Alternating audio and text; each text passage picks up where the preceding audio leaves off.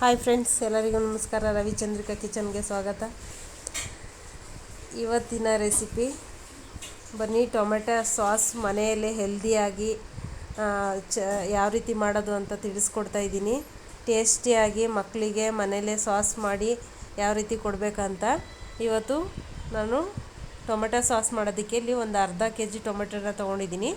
ಈ ಥರ ಮೇಲ್ಗಡೆದೆಲ್ಲ ಕಟ್ ಮಾಡಿ ತೆಗೆದುಬಿಡೋಣ.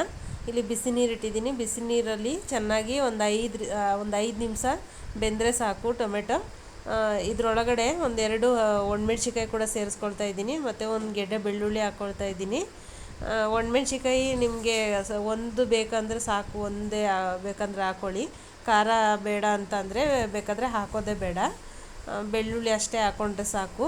ಇವಾಗ ಒಂದು 5 ನಿಮಿಷ ಬೆಂದು ಸಿಪ್ಪೆ ಎಲ್ಲ ಓಪನ್ ಆಗಿದೆ ನೋಡಿ. ನೀವು ಬೇಕಾದ್ರೆ ಪಾತ್ರೆಲಿ ಬೇಯಿಸೋದಕ್ಕಿಂತ ಕುಕ್ಕರ್ಗೆ ಹಾಕ್ಕೊಂಡ್ರೆ ಒಂದು ವಿಸಿಲ್ ಮಾಡಿದ್ರೆ ಸಾಕು, ಇನ್ನೂ ಚೆನ್ನಾಗಿ ಬೆಂದೋಗುತ್ತೆ.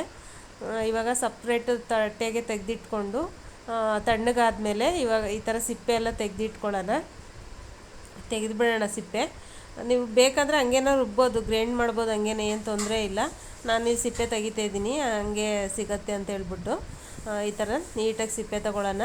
ಹೊರಗಡೆ ಎಲ್ಲ ಕೆಮಿಕಲ್ ಹಾಕಿ ಟೊಮೆಟೊನ ಸಾಸ್ನ ಮಾಡ್ತಾರೆ ಮಕ್ಕಳು. ಅದನ್ನೇ ರುಚಿಯಾಗಿ ಟೇಸ್ಟಿ ಇರುತ್ತೆ ಅಂತ ಅಂದ್ಬಿಟ್ಟು ತಿಂತಾ ಇರ್ತವೆ. ಅದಕ್ಕಿಂತ ಹೆಲ್ದಿಯಾಗಿ ಮನೇಲೇ ಟೊಮೆಟೊ ಸಾಸ್ನ ಮಾಡಿಕೊಡಿ, ಮಕ್ಕಳು ಇಷ್ಟಪಟ್ಟು ತಿಂತಾರೆ ಚೆನ್ನಾಗಿ. ಇವಾಗ ಮಿಕ್ಸಿ ಜಾರ್ಗೆ ಹಾಕಿ ನಾನು ಪೇಸ್ಟ್ ಮಾಡ್ಕೊಳ್ತೀನಿ. ಫಸ್ಟು ಯಾರೆಲ್ಲ ನನ್ನ ಚಾನಲ್ ಸಬ್ಸ್ಕ್ರೈಬ್ ಮಾಡಿಲ್ಲ, ದಯವಿಟ್ಟು ಸಬ್ಸ್ಕ್ರೈಬ್ ಮಾಡ್ಕೊಳ್ಳಿ, ಲೈಕ್ ಮಾಡಿ, ಶೇರ್ ಮಾಡಿ, ಫಾಲೋ ಮಾಡೋದನ್ನು ಮರಿಬೇಡಿ. ಇವಾಗ ನೋಡಿ, ಈ ಥರ ಒಂದು ಸ್ಟ್ರೈನರ್ನ ತೊಗೊಂಡು ನಾನು ಫುಲ್ಲೆಲ್ಲ ಫಿಲ್ಟರ್ ಮಾಡ್ಕೊಳ್ತೀನಿ. ಚೆನ್ನಾಗಿ ಎಲ್ಲ ಫಿಲ್ಟರ್ ಮಾಡ್ಕೊಳ್ಳಿ ಒಂದು ಬಾಣಲಿಗೆ ನೀಟಾಗಿ. ಅದು ಯಾಕೆ ಫಿಲ್ಟರ್ ಮಾಡ್ತೀವಿ ಅಂದರೆ ಅದರಲ್ಲಿ ಬೀಜಗಳೆಲ್ಲ ಇರ್ತಾವಲ್ಲ, ಹಂಗಂಗೆ ಬಾಯಿಗೆ ಸಿಗುತ್ತೆ ಅಂತ ಹೇಳ್ಬಿಟ್ಟು ಫುಲ್ಲು ನೈಸಾಗಿ ಫಿಲ್ಟರ್ ಮಾಡ್ಕೊಬಿಡೋಣ. ನೋಡಿ, ಇವಾಗ ಫಿಲ್ಟರ್ ಆಗಿದೆ. ಇದನ್ನು ನಾನು ಕುದಿಯೋದಕ್ಕೆ ಇಡ್ತಾ ಇದ್ದೀನಿ. ಇದಕ್ಕೆ ಸ್ವಲ್ಪ ರುಚಿಗೆ ತಕ್ಕಷ್ಟು ಉಪ್ಪು ಹಾಕ್ಕೊಂಡು ಇಲ್ಲಿ 1-2 ಸ್ಪೂನಷ್ಟು ಬೆಲ್ಲನ ಹಾಕ್ಕೊಳ್ತಾ ಇದ್ದೀನಿ ನಾನು. ಬೆಲ್ಲ ಹಾಕಿದ ಮೇಲೆ ಚೆನ್ನಾಗಿ ಕುದಿಯೋದಕ್ಕೆ ಬಿಡೋಣ.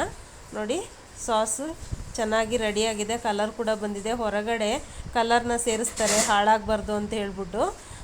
ಇಲ್ಲಿ ನಾವು ಫ್ರಿಜ್ ಇರೋರಾದರೆ ಫ್ರಿಜ್ಗೆ ಇಟ್ಕೋಬೋದು. ಹೊರಗಡೆ ಜಾಸ್ತಿ ದಿನ ಇಡೋಕ್ಕಾಗಲ್ಲ, 1-2 ದಿನ ಇಡ್ಬೋದು ಅಷ್ಟೇ. ಟೊಮೆಟೊ ಸಾಸು ರೆಡಿಯಾಗಿದೆ ನೋಡಿ, ಚೆನ್ನಾಗಿ ಕಾಣಿಸ್ತಾ ಇದೆ. ಕಲರು ಕೂಡ ತುಂಬ ಚೆನ್ನಾಗಿ ಬಂದಿದೆ, ಟೇಸ್ಟು ಕೂಡ ತುಂಬ ಚೆನ್ನಾಗಿದೆ.